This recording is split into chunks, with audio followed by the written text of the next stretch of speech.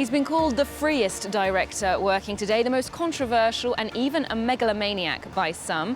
Milo Rau takes current events like the trial of activists from Pussy Riot in Russia or a harrowing case of paedophilia here in Belgium, and he puts them on the stage. His new play, Lamb Gods, asks the question, who are the biblical figures today? Adam, Eve, Cain and Abel, and also asks who the martyrs of the 21st century are too. We've come to meet him here in Ghent, where he's the director of the National Theatre.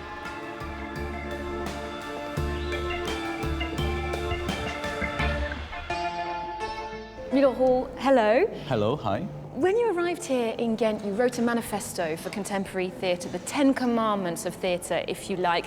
The first one said it's no longer about portraying the world, it's about changing the world. How do you wish to do that, and what do you wish to change? I mean, the aim is first to change the institution itself. Who has access to the stage? Which milieu is represented? How can we have a direct relation to reality, to what happens in the world? So we have to go outside to make research, we have to invite non-professionals, we banish the classics. They are replayed and readapted again and again. We say, let's create our own new classics.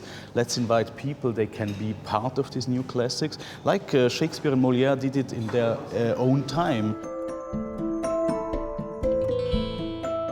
Your creation, Lamb Gods, opens the season here at the theatre. Can you talk us through the storyline and the characters in this play? Actually, it's a reenactment of this Lamb Gods painting by the brothers Eyck from the 15th century. They had a very interesting concept, revolutionary at that time in the end of the Middle Ages.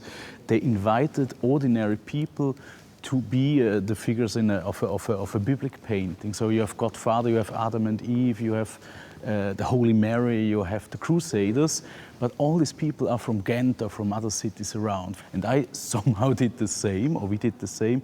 We invited ordinary, more or less ordinary, like I am, ordinary Ghentian people to represent Godfather, Holy Mary, and so on, or the Crusaders. And we asked ourselves, how can we reproduce this revolution in the context of a city theatre? When you say, okay, so let's invite, I don't know, the cleaning lady, let's invite the mother of a jihadist, let's invite just young girls, even sheep on stage, l'agneau mystique, the Holy Lamb. And we will talk about what is a community, what is Ghent today. Tout d'abord, quand je pense à Eve, donc pour moi, c'est une blague. Adam is the original refugee. He was banished from his homeland, namely heaven, and he was exiled to another place. When you appear on stage, you will not have a text that we write for you, but you tell something that you think it's important to tell. The production attracted a lot of attention when you put out a casting call for ex-fighters from the Islamic State group to come and act in Lamb Gods. You even got in trouble with the authorities. Were you simply trying to drum up publicity for the play, or was it necessary? How do you justify that request? Yeah, I think the scandal is rooted in the scandalous realities. Who were the Crusaders in the Middle Ages? Young people going from Western Europe to the Middle East to kill their people because of their belief, of their idealism, whatever. Huh? And what are the Crusaders today? Young people from Brussels or Antwerp or Ghent going to the Middle East with Daesh and killing people there. So, I mean, the parallelity is so obvious that it would have been strange to not point it out. And the response was extremely harsh. We had hundreds of hate mails. We have problems with the Cultural Ministry. So there were a discussion in Parliament and so on and so on. But I think to bring discussions like this into the public, into the media, is one aim of a city theatre. So who do we see on stage in the end? On stage we have the mother of a jihadist who just died in the beginning battle of Idlib in Syria. In a bombing, a guy who went in 2013, then he was in the Al-Nusra front, and later he came to Daesh, and now he died. And when you talk to this mother, when you just see her appearing, an ordinary woman, as I am an ordinary father of my children, just a young woman with a son who was at some point idealistic, then perhaps became a murderer, and who now died. That's for me theatre. Everything is real, everything is specific, even the most universal. Okay. Stilte. En dan Stilte. een lange pauze. Spreid de vleugels Christis and Frank Fuketen are the only professional actors in Lamb Gods, and like the non-professional actors, they played a crucial role in the creative process, which involved research, castings and interviews. We were in a prison. We talked with murderer, we talked with refugees, we talked with mother of an IS fighter. It was, an experience, a big experience, because normally in normal life you don't meet so many different people. What I learned is to listen to another person, to really listen without a judgment, but really listen to the story and take those words for truth. A recent play of yours tackled a true story, the homophobic murder of a young man here in Belgium. La Reprise was applauded by critics for its unflinching treatment of violence and brutality and its innovative dramatisation. The production's now on tour in Paris. Our reporters went to check it out.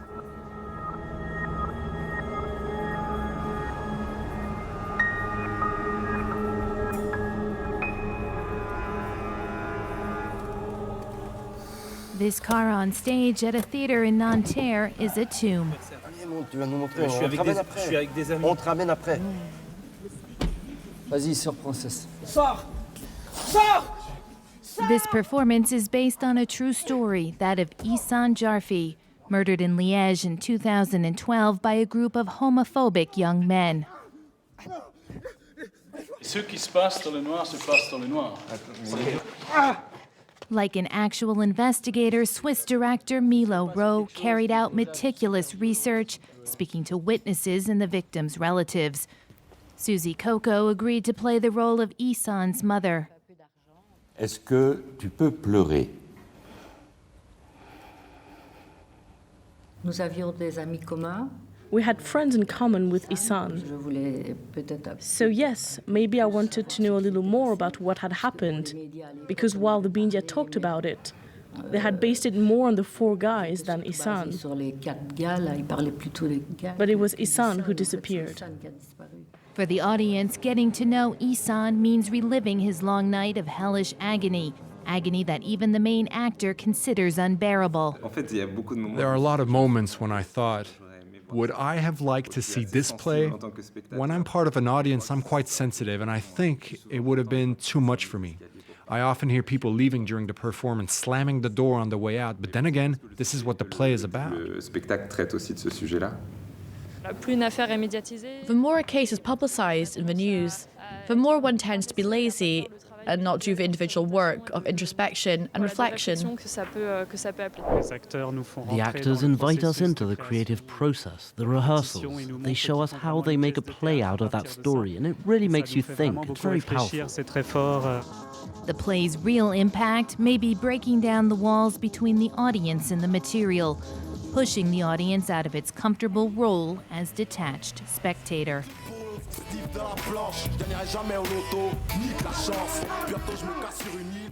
Now, La Reprise is ostensibly a story about homophobia, but it also tackles the social context, that is, poverty and unemployment in that region. You could say there's something journalistic about your approach there. Are you making a case for documentary theatre? I think it's a contradiction in term, documentary theatre, because theatre is always a transposition of the reality to something that is totally artificial. When you take La Reprise, we have to reproduce it hundreds and hundreds of times, the scene of violence, and we do it with non-professionals, and they have to do Tomachibi, who's the main character, Ihsan Jarfi, the homosexual who is killed. He's being killed every evening again. So how can you do this? So this is what theatre is doing. Going from the documentary, but then transforming this to something that is universal. Because who would be interested somehow in this very specific, even very banal case of just somebody killed in a Saturday evening? A recent project of yours saw you decamp to the Democratic Republic of Congo, where you conducted an investigation into war crimes, human rights abuses. In fact, you created a whole tribunal there. You made that into a film as well. Let's take a look. Les entreprises multinationales ont-elles profité de l'instabilité politique pendant les 20 années de guerre?